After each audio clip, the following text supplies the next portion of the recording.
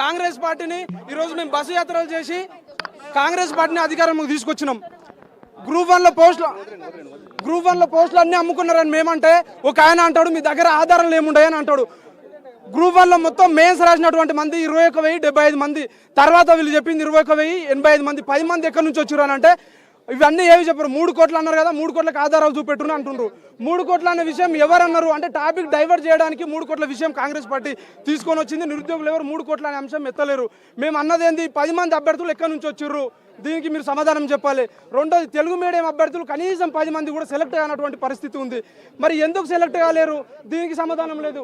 ఒకే exam centre అంటే కోటి women's college పరిధిలో 2 ఎగ్జామ్ సెంటర్ల నుంచే దాదాపు 76 మంది సెలెక్ట్ అయినరు. ఎందుకు సెలెక్ట్ అయినారు అంటే దీనికి కూడా సమాధానం లేదు. వాళ్ళు ఏమంటారు, మీ దగ్గర ఆధారాలు ఏముంటాయి అంటారు. ఆధారాలు అంటే ఇవన్నీ ఆరోపణలన్నీ ఆధారాలు కాదా? మేము చేసినటువంటి ఆరోపణలకు మీరు ఎందుకు ప్రెస్ మీట్ పెట్టి సమాధానం చెప్తలేరు అని చెప్పి మేము కాంగ్రెస్ ప్రభుత్వాన్ని అడుగుతా ఉన్నాం. ఇంకోటి, మేము ఏవైతే ఆరోపణలు చేసినామో ఆ ఆరోపణలన్నిటికీ ఆధారాలతో ఈరోజు మేము కోర్టుకు పోయినాము. సింగిల్ బెంచ్లో మాకు అనుకూలంగా జడ్జిమెంట్ వచ్చింది. వాళ్ళు అంటే రేవంత్ రెడ్డి ప్రభుత్వం బాధపడి అంటే సింగిల్ బెంచ్లో వాళ్ళు పోయింది మేము చేసినటువంటి దొంగతనం అంతా బయట పడుతుందేమని చెప్పి సెప్టెంబర్ 20 తారీఖున అనొద్దు కానీ హైకోర్టు ప్రధాన న్యాయమూర్తిని కలిసారు. సెప్టెంబర్ 24న జడ్జిమెంట్ రావడం జరిగింది. సెప్టెంబర్ 24న జడ్జిమెంట్ అంటే స్టే వచ్చింది. రేపు జడ్జిమెంట్ రావాలి. స్టే వచ్చినప్పుడే నైట్కి నైట్ వాళ్ళు ఏం చేసారు, మెరిట్ లిస్ట్ పెట్టిర్రు. నైట్కి నైట్ మెరిట్ లిస్ట్ పెట్టిర్రు. మళ్ళీ రోజు అంటే మెరిట్ లిస్ట్లో వచ్చిన పేరెంట్స్లో అందరితోటి అంటే పేరెంట్స్ తోటి సోమాజిగూడ ప్రెస్ క్లబ్లో మీటింగ్ పెట్టిర్రు. మొత్తము అంటే మెయిన్ స్ట్రీమ్ మీడియా మొత్తం కవర్ చేస్తుంది. అంటే నేను లైబ్రరీ దగ్గర ఉండి మీడియా లైవ్ చూస్తున్నా. మెయిన్ స్ట్రీమ్ మీడియా ఏమని కవర్ చేస్తుంది అంటే ఆడ చెప్పింది ఇద్దరు ముగ్గురు మాత్రం ఒక ఆమె అంటది పాల ప్యాకెట్లకు మా దగ్గర డబ్బులు లేవు అని ఒక ఆమె అంటది. ఇంకో ఆయన ఏమంటాడు, తల్లిదండ్రులు లేరు, నేను చిన్నప్పుడే మా వాళ్ళకు చెప్పినాము గ్రూప్ 1 ఖచ్చితంగా కొడతామని చెప్పినాము, గ్రూప్ 1 కొట్టినామని చెప్పి ఇంకో ఆయన అంటాడు. వీళ్ళకి మాత్రం మెయిన్ స్ట్రీమ్ మీడియా మొత్తం అంటే సామాజిక మాధ్యమాలు ఏముంటే అన్నింటిలో ప్రచారం చేస్తున్నారు. కానీ ఒక అంటే గోల్డ్ షాప్ ఉన్నటువంటి యజమాని కొడుకుకు ఏ విధంగా వచ్చింది అనేది కూడా వీళ్ళు ఎవరు మెన్షన్ చేయలేరు. కాంగ్రెస్ పార్టీలో ఉన్నటువంటి మంత్రులు వాళ్ళ బంధువులకు కూడా గ్రూప్ 1 పోస్టులు చాలా మందికి వచ్చినాయి. టీడీపీ పార్టీకి సంబంధించిన బంధువులకు కూడా చాలా మందికి వచ్చినాయి. కానీ వీటన్నిటిపైన ఎవరు కూడా స్పందిస్తలేరు.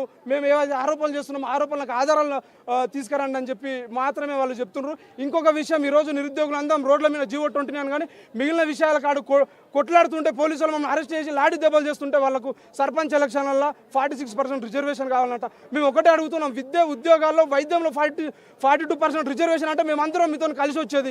ఈరోజు ఇవన్నిటిని పక్కకు పెట్టి 42% రిజర్వేషన్ అనేది మేము పోరాడుతుంటే మా టాపిక్ డైవర్ట్ కావాలనే ఉద్దేశంతో ఈరోజు వాళ్ళు సర్పంచ్ ఎలక్షన్లో 42% తీసుకొని వస్తారు. ఇంకోటి, ఓటుకు నోటు చోరు విషయంలో కాదు, ఉద్యోగాల చోరు విషయం జరుగుతుంది తెలంగాణలో.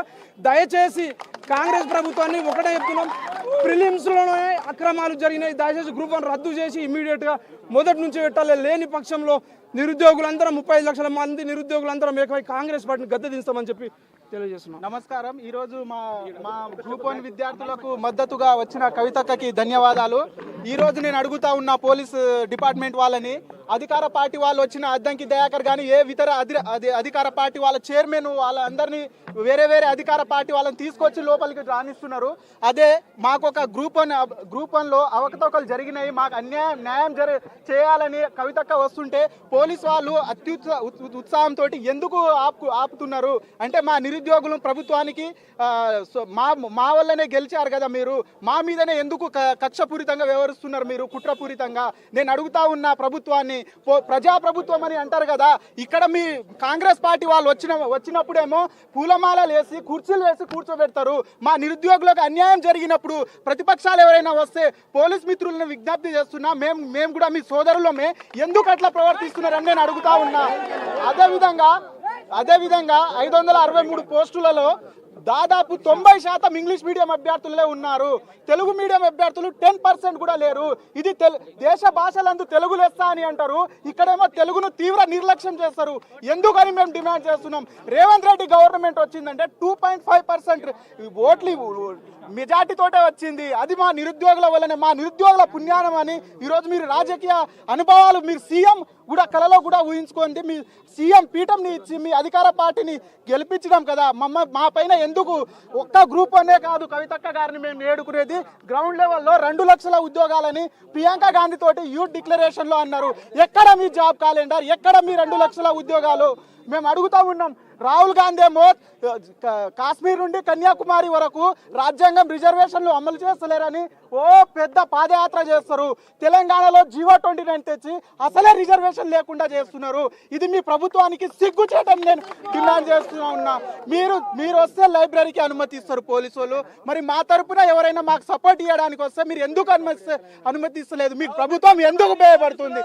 రాత్రికి రాత్రే రిజల్ట్ ప్రకటించి నెక్స్ట్ డేనే అపాయింట్మెంట్ ఇచ్చిన మీరు నిజంగానే నిష్పాక్ష కరెక్టే మీరు జరిపి ఉంటే మీరు నైటే రిజల్ట్ ఇచ్చి ఎందుకు మీరు అపాయింట్మెంట్ ఆర్డర్లు ఇస్తారు? మీకు భయం ఎందుకు అని అడుగుతా ఉన్నా. ఆ అభ్యర్థులు సెలెక్ట్ అయిన వాళ్ళ హాల్ టికెట్ నెంబర్ల పైన మీ పేర్లు, ర్యాంకు, ఏ కేటగిరీ అని ఎందుకు పెడతలేరు? ఇదే కాదక్క, మా తరపున వచ్చినందుకు ధన్యవాదాలు. ఇప్పుడే కాదు, మీరు ఏ అధికారంలో ఉన్నా కానీ మాకు సపోర్ట్ చేయాలని నేను కోరుతా ఉన్నా. ఇప్పుడే